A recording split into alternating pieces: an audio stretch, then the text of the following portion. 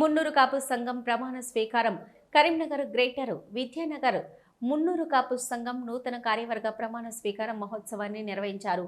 ఈ కార్యక్రమానికి మాజీ మంత్రి కరీంనగర్ ఎమ్మెల్యే గంగుల కమలాకర్ ముఖ్య అతిథిగా హాజరై నూతన పాలకవర్గ అధ్యక్షులు ఉప్పు తిరుపతి పటేల్, ప్రధాన కార్యదర్శి సుధాకర్ పటేల్తో పాటు పాలకవర్గాన్ని నూతనంగా ఎన్నికైన సభ్యులను ఘనంగా సన్మానం చేశారు. సంఘం బలోపేతం కోసం కృషి చేయాలని వారికి సూచించారు. ఈ కార్యక్రమంలో ఎమ్మెల్యే గంగుల కమలాకర్తో పాటు మున్నూరు కాపు సంఘం రాష్ట్ర అధ్యక్షులు పుట్ట పురుషోత్తం, వర్కింగ్ ప్రెసిడెంట్ చల్ల హరిశంకర్, జిల్లా అధ్యక్షులు బొమ్మ రాధాకృష్ణ, మార్కెట్ కమిటీ చైర్మన్ ఆకుల నర్సయ్య తదితరులు పాల్గొన్నారు.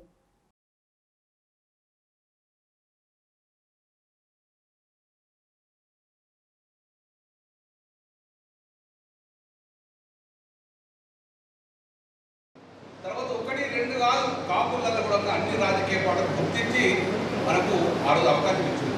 అప్పుడు అనుకున్నాం మనం ఒక వర్గంగా ఒక సమాజం ఏర్పడుతున్న మనం ఏ కులానికి వ్యతిరేకం కాదు, ఒక కాపు సంఘం ఒక కాడ సమాజం ఏర్పడితే ఏ మతానికి వ్యతిరేకం కాదు.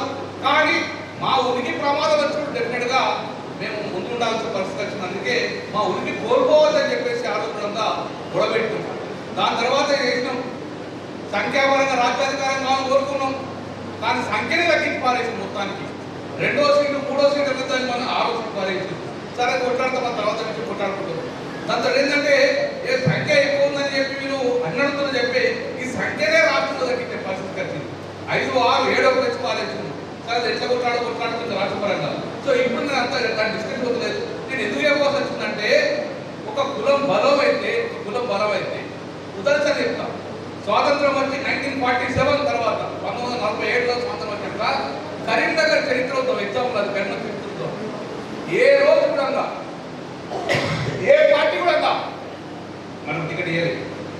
మనకు కాదు బీసీకే టికెట్ ఇవ్వాలి. ఇక్కడ ఏ పార్టీకి 1947 నుంచి ఒక్కరికంటే ఒక సీట్ ఇవ్వలేదు. ఎవరు కొట్లాడుకున్న అగ్రవర్ణాలు కొట్లాడుకున్నారు, ఎవరు తెలిసిన అగ్రవర్ణాలు చెప్తారు. ఏ పార్టీ టికెట్ ఇచ్చినా అగ్రవర్ణం చెప్తే ఏ పార్టీ కూడా తెలిసిన అగ్రవర్ణం చెప్తారు. మరి మనమేంది పల్లెకి మోయాలి. పల్లెకి మోగితే కానీ పల్లెకి ఎక్కువ లేదు. 2009లో మొదటిసారి మీ అందరి ఆశీర్వాదంతో మీ బిడ్డను ఎన్నుకున్నారు. 2009లో మొదటిసారి మీరు గంగుల కమలాకర్ బిడ్డను నా బిడ్డ వెళ్తాడు అని చెప్పేసి, మా కులం బిడ్డ వెళ్తాడని చెప్పేసి 2009లో ఎమ్మెల్యే గెలిచింది. ఏ దారిపోలేదు, ఏ దాక్కలేదు. నేను తప్పు చేస్తే నేనే అవమానం కాదు, కులాన్ని అవమానం బతుకుని చెప్పేసి తప్పు లేకుండా భయంగా బతికిన. అందుకే మన 2023 సీట్లో ఏ పార్టీ టికెట్ ఇచ్చినా కాపులకు టికెట్ ఇచ్చేదా లేదో ఒక్కసారి అంటే ఒకసారి రాజకీయ చైతన్యం ఉంటే ఈ భూమి మీద నేను మీరేం బతకలేదు, మీరు భయం బతకలేదు. కానీ మన భావితరానికి ఒక బంగారు భవిష్యత్తు ఇచ్చే అవకాశం ఉన్నది. కులం అంటే మనం ఎవరికో అగ్రవర్ణం వ్యతిరేకంగా వదలేము. కానీ మా